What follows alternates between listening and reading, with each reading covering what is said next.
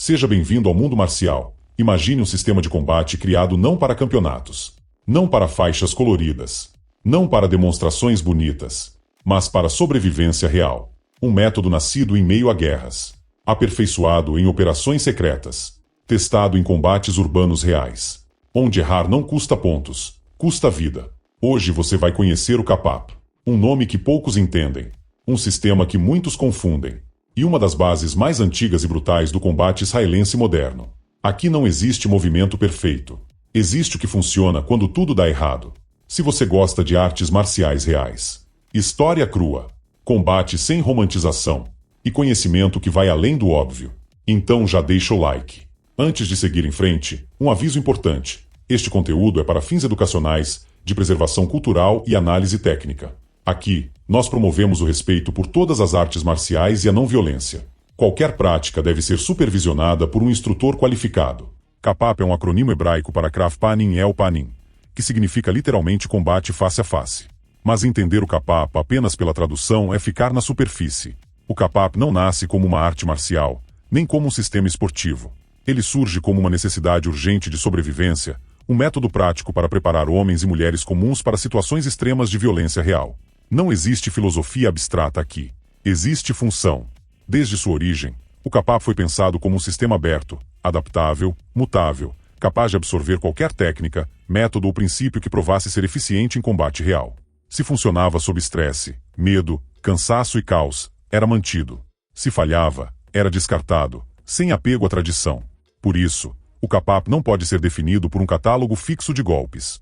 Ele é uma doutrina de combate, um conjunto de princípios que orientam decisões sob pressão.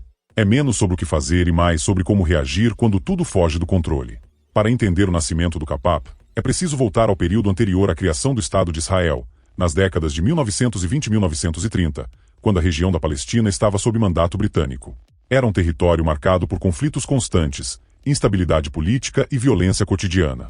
As comunidades judaicas da região viviam sob ameaça permanente. Ataques, emboscadas e confrontos não eram exceção, eram parte da rotina. Não havia um exército oficial estruturado, nem forças de segurança capazes de oferecer proteção constante.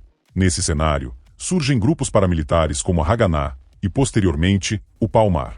Esses grupos tinham uma missão clara: proteger suas comunidades a qualquer custo. O problema era simples e brutal. Não havia tempo para formar lutadores tradicionais. Era necessário transformar pessoas comuns em combatentes funcionais o mais rápido possível. E isso exigia um tipo de treinamento completamente diferente do que existia até então. O Kapap nasce exatamente dessa urgência. Ele não surge como um estilo novo, mas como um programa de treinamento integrado, que reunia tudo o que pudesse ser útil em combate real. Boxe era usado para desenvolver golpes diretos e agressividade controlada. Judô e Jujutsu clássico forneciam quedas, projeções e controle corporal. A luta com bastões ensinava a defesa contra armas improvisadas. O combate corpo a corpo militar ensinava neutralização rápida e movimentação em grupo. Nada era ensinado por estética. Nada era treinado por tradição. Cada técnica precisava responder a uma única pergunta. Isso funciona quando a vida está em risco? O Kapap nasce, então, como um sistema cru, direto e brutalmente honesto. Com a fundação do Estado de Israel em 1948, esses métodos passam a ser absorvidos pelas recém-criadas Forças de Defesa de Israel, IDF. O Kapap entra em um processo de refinamento técnico e tático, adaptado às necessidades militares modernas. Nesse período, outro sistema começa a ganhar destaque, o Krav Maga. Durante anos, os dois termos foram usados quase como sinônimos, pois compartilhavam raízes e objetivos semelhantes. Com o tempo, porém, ocorre uma diferenciação natural. O Krav Maga passa a se estruturar de forma mais padronizada, especialmente para treinamento em larga escala. O Kapap, por outro lado, permanece como um sistema conceitual, mais flexível, mais adaptável e frequentemente associado a unidades especiais e operadores táticos. O Kapap nunca deixa de ser militar em essência. O Kapap parte de uma verdade que muitos sistemas evitam encarar. O combate real é caótico, imprevisível e imperfeito. No momento em que a violência explode, o corpo entra em estado de estresse extremo. A frequência cardíaca dispara, a respiração fica curta, a visão se estreita e a coordenação fina começa a desaparecer. Técnicas complexas, que funcionam bem no treino limpo e controlado, simplesmente colapsam. É exatamente por isso que o Kapap não se apoia em sequências fixas. Em vez disso, ele constrói o combatente a partir de conceitos universais, que continuam válidos mesmo quando tudo sai do script. O praticante aprende a pensar em termos de posição, pressão, estrutura e decisão, não em movimentos decorados. Um dos pilares centrais é o controle da linha média. No Kapap, quem domina o centro do corpo do oponente domina o combate. Não importa se o confronto é armado ou desarmado, o controle da linha central reduz opções ofensivas do agressor e amplia as suas. Outro conceito fundamental é a posição relativa. O Kapap ensina que não importa apenas onde você está, mas onde você está em relação ao agressor, ao ambiente e às ameaças secundárias. Um passo lateral bem executado pode ser mais decisivo do que um golpe forte. Existe também o princípio do controle em 2 pontos. Sempre que possível, o combatente busca controlar simultaneamente 2 estruturas críticas do oponente: braço e cabeça, arma e base, equilíbrio e visão. Isso reduz drasticamente a capacidade de reação do agressor. E talvez o conceito mais contraintuitivo para quem vem de sistemas tradicionais: não romper contato. No Kapap, manter contato significa manter controle.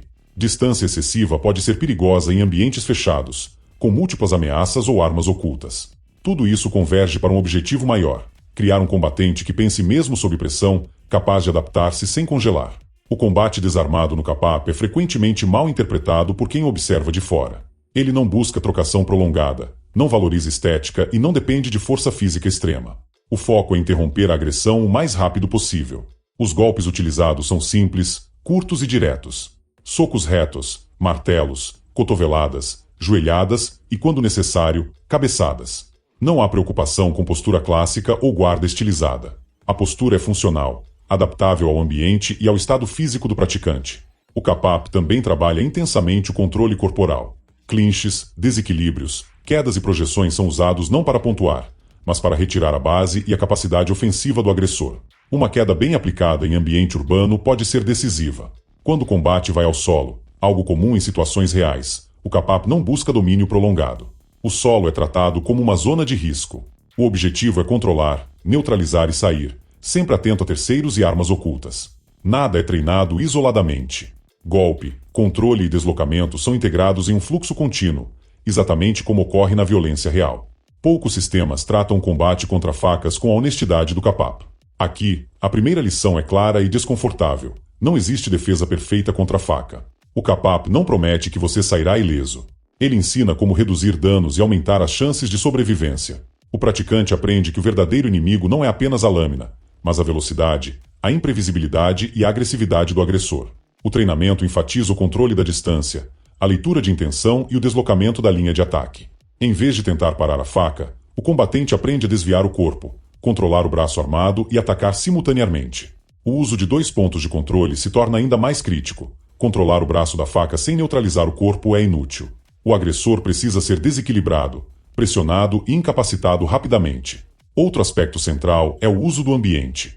Paredes, portas, móveis e obstáculos não são problemas, são ferramentas. O Kapap ensina a transformar o espaço ao redor em vantagem. O treinamento é intenso, psicológico e realista, porque o objetivo não é conforto, é sobrevivência.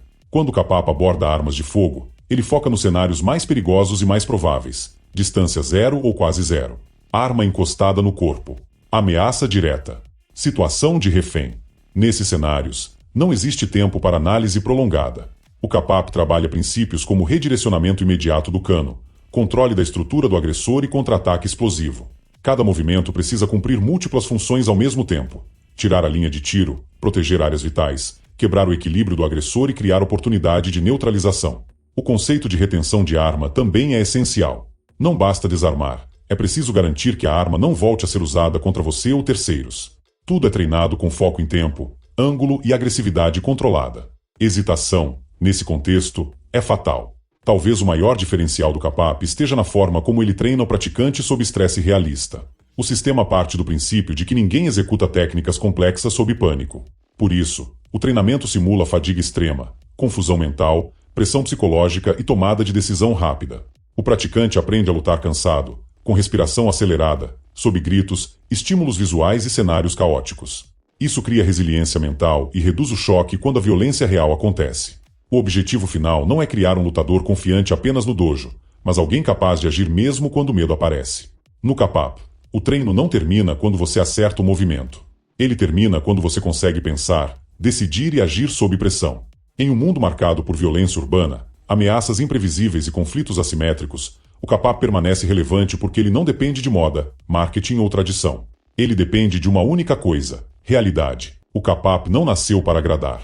Não foi criado para ser bonito, nem para ser exibido. Ele nasceu do medo real, da urgência, do confronto direto com a violência. Cada conceito, cada princípio, cada método do Kapap carrega uma pergunta simples e brutal. Isso funciona quando a vida está em risco? Se a resposta fosse não, era descartado. Sem tradição, sem apego, sem ego. Por isso o Kapap continua relevante. Porque ele não depende de cenário ideal. Não depende de força física extrema. Não depende de regras. Ele depende de algo mais raro: clareza sob pressão. Entender o Kapap é entender que o combate real não é sobre vencer. É sobre voltar para casa. Se esse conteúdo te trouxe conhecimento real, deixa o like. Isso ajuda o canal a continuar entregando conteúdo profundo. Compartilhe esse vídeo com quem leva artes marciais a sério. E se você quer continuar explorando sistemas de combate reais, história marcial e conhecimento que não se aprende em qualquer lugar, se inscreve no canal. Ativa o sininho. Comenta aqui embaixo qual sistema você quer ver no próximo vídeo. Até a próxima!